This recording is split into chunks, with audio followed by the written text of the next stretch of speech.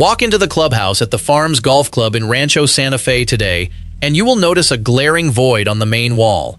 For decades, that specific space belonged to Phil Mickelson. It held his name, his major championship plaques, and the physical proof of his status as a local legend. Now, the surface is completely bare.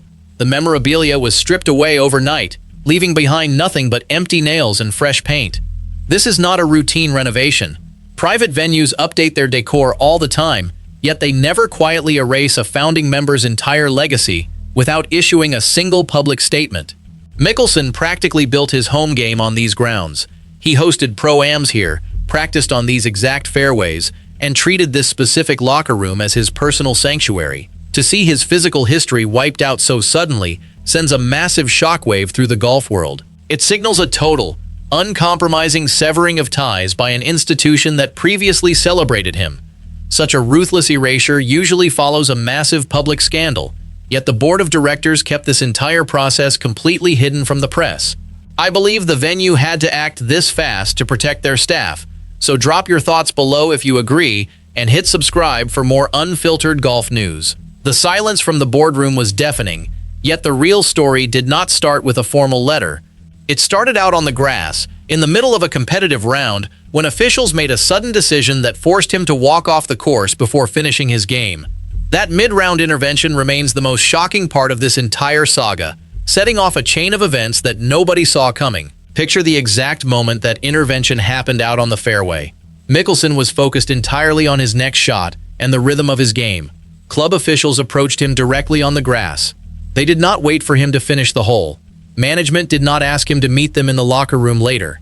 Staff members told him right there, in front of his playing partners, that he needed to leave the premises immediately. Walking off a course mid-round is a rare sight in professional golf. Being escorted off by your own home club's leadership while other members watch is a profound public humiliation. His playing partners were left standing on the turf, completely stunned by the sudden interruption and the hushed, urgent whispers of the club staff. Such a drastic public removal required an immediate explanation for the members watching, which led to a highly suspicious public statement. Within hours, the public relations team stepped in to control the narrative. They issued a brief, carefully worded statement to the press. The official excuse was that Mickelson was dealing with a sudden family health matter. They claimed he had to leave the course immediately to attend to this private family emergency. For a few hours, the golf media simply repeated the press release. The members at the Farms Golf Club were not buying the story. The people who saw him walking off the course noticed his body language. He did not look like a man rushing to a hospital. He looked like a man who had just been given a direct order. The disconnect between the official health excuse and the reality on the golf course created a massive cloud of suspicion around the entire venue. The members started talking to each other in the hallways. They compared notes on what they saw. The official story felt entirely fabricated, designed purely to buy time, while the board figured out their next move. The members suspected a massive cover-up, yet the truth hiding behind closed doors was far more damaging than anyone could have imagined. The growing rumors forced Mickelson's legal team to step in, yet their aggressive defense strategy immediately hit a massive wall. Instead of letting the health excuse stand, his camp decided to go on the offensive. They retained a high-profile defamation attorney to handle the situation. The lawyer went on the record with a very bold, very specific claim.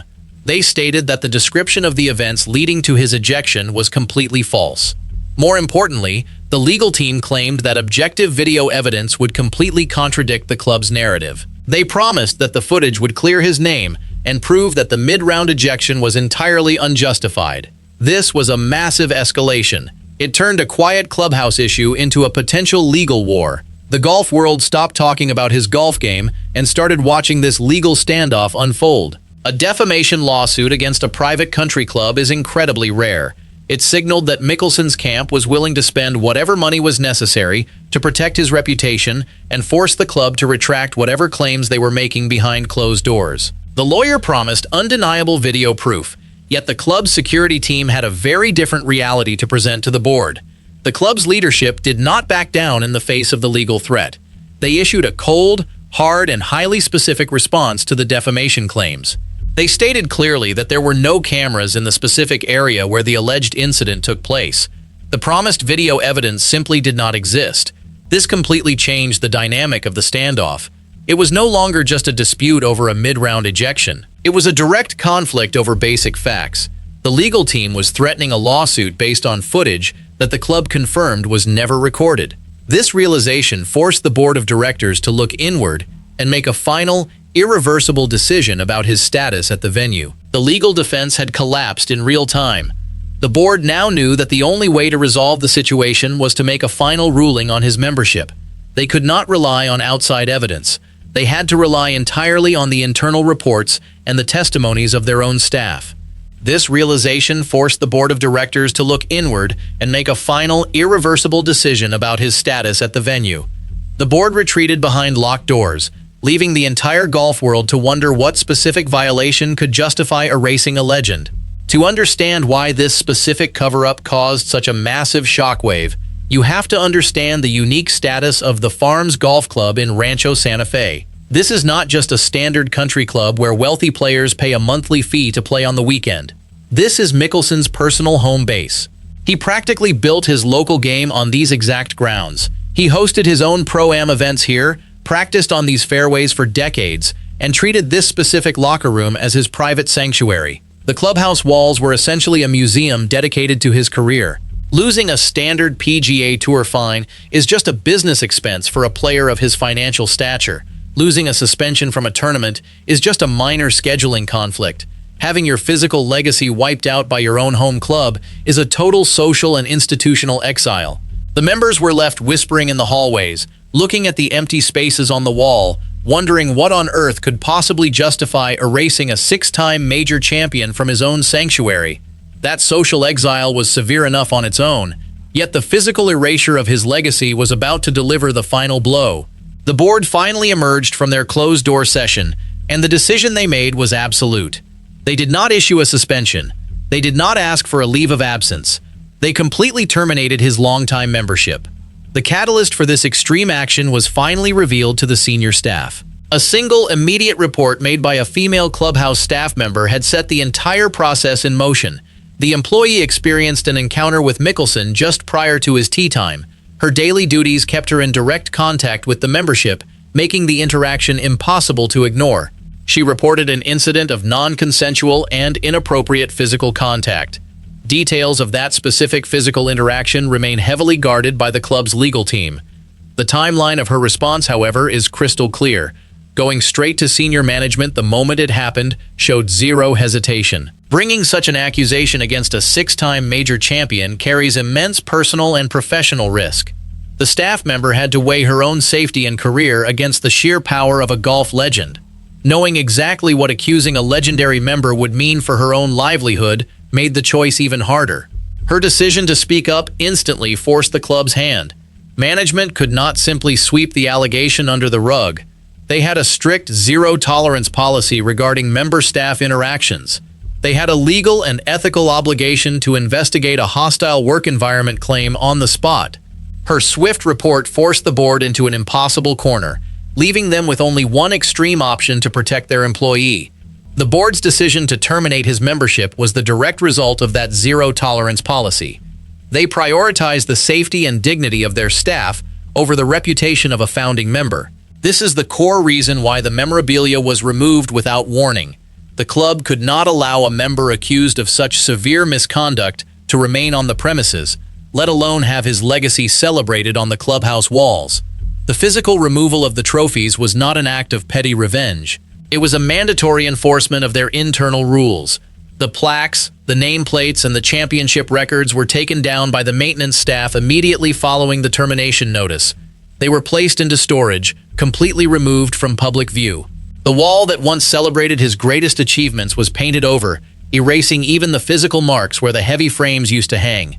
This total erasure was the club's way of sending a clear message to every other member and employee. No individual is bigger than the institution. No amount of golf history can protect someone from the consequences of violating the most basic standards of respect and safety. The physical trophies were gone forever, yet the broader implications for his standing in the golf world were just beginning to surface.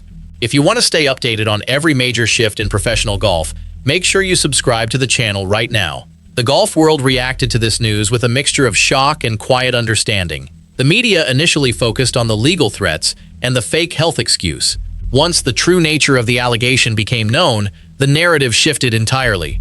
The focus moved from a simple clubhouse dispute to a serious issue of workplace conduct. Other professional golfers largely stayed out of the public debate. They recognized the severity of the accusation and the strict nature of the club's zero-tolerance policy. Speaking out in defense of a member accused of non-consensual contact would be a massive public relations disaster for any player. The silence from his peers was deafening. It highlighted the complete isolation he now faced. He was no longer just a golfer dealing with a bad press cycle. He was an individual who had been formally cast out by his own home institution for violating the most fundamental rules of conduct. The financial success he has achieved through his recent golf ventures means absolutely nothing in the context of this local exile. Money cannot buy back a reputation destroyed in your own backyard.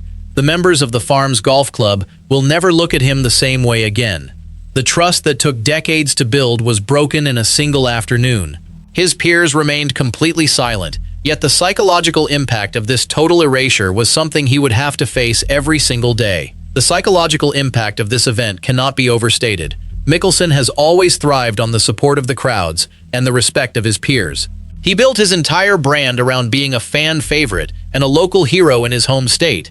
Having that support completely withdrawn by the very people who know him best is a profound personal blow. The empty wall at the Farms Golf Club serves as a permanent, physical reminder of that loss. Every time he drives past the club, every time he hears the name Rancho Santa Fe, he will be reminded of the mid-round ejection and the subsequent erasure of his legacy. The legal team's attempt to fight the decision with defamation claims only made the situation worse. It turned a private internal matter into a public spectacle. When the club proved that the promised video evidence did not exist, the legal defense collapsed entirely. There was no way to spin the narrative after that. The facts were clear. An employee made a report. The club investigated. The club enforced its rules. The member was expelled. The attempt to control the story through legal threats ultimately backfired, ensuring that the details of the incident would remain a permanent part of his public record. The empty wall serves as a permanent reminder, yet the ultimate question of his legacy remains entirely in the hands of the golf fans. This situation highlights a critical reality about modern professional sports. The governing bodies and private clubs are no longer willing to overlook severe misconduct simply because the individual is a star player. The era of protecting legendary athletes from the consequences of their actions is over. The Farms Golf Club made a clear statement that their zero-tolerance policy applies to everyone, regardless of how many major championships they have won. This decision will likely set a precedent for other private clubs and sporting institutions across the country. They will look at this situation and realize that swift, decisive action is the only way to protect their staff and maintain their institutional integrity. The physical removal of the memorabilia was the final, undeniable proof of that commitment. It showed that the club was willing to take a massive financial and reputational hit to do the right thing. They knew that terminating a famous member would generate negative press. They knew that the legal threats would be loud and aggressive. They proceeded anyway. That level of institutional courage is rare in the world of private country clubs. It sends a powerful message to every employee that their safety is the absolute top priority. The story of Phil Mickelson at the Farms Golf Club is no longer just a tale of golfing greatness. It is a cautionary tale about the limits of legacy. You can win 6 major championships. You can host pro-am events. You can practice on the fairways for decades. None of that matters if you violate the fundamental trust of the institution that hosts you. The physical erasure of his memorabilia was not just about removing wooden frames and metal plaques. It was about removing the protection that his golfing status once provided. He is now just a former member who was expelled for cause. The golf world will continue to debate the details of the incident. The legal teams will continue to file paperwork, but the reality on the ground at the Farms Golf Club is absolute. The wall is empty. The membership is terminated. The legacy has been erased. The golf fans who clicked on this story now know the full truth behind the sudden disappearance of the memorabilia. It was not a renovation. It was not a financial dispute. It was the direct result of a severe violation of conduct and the swift enforcement of a zero-tolerance policy. The board made their decision, and they stood by it regardless of the legal threats or the public relations fallout. That is the final, undeniable truth of this entire saga. If you found this breakdown helpful, make sure to leave a like and share your thoughts in the comments below. We will see you in the next video.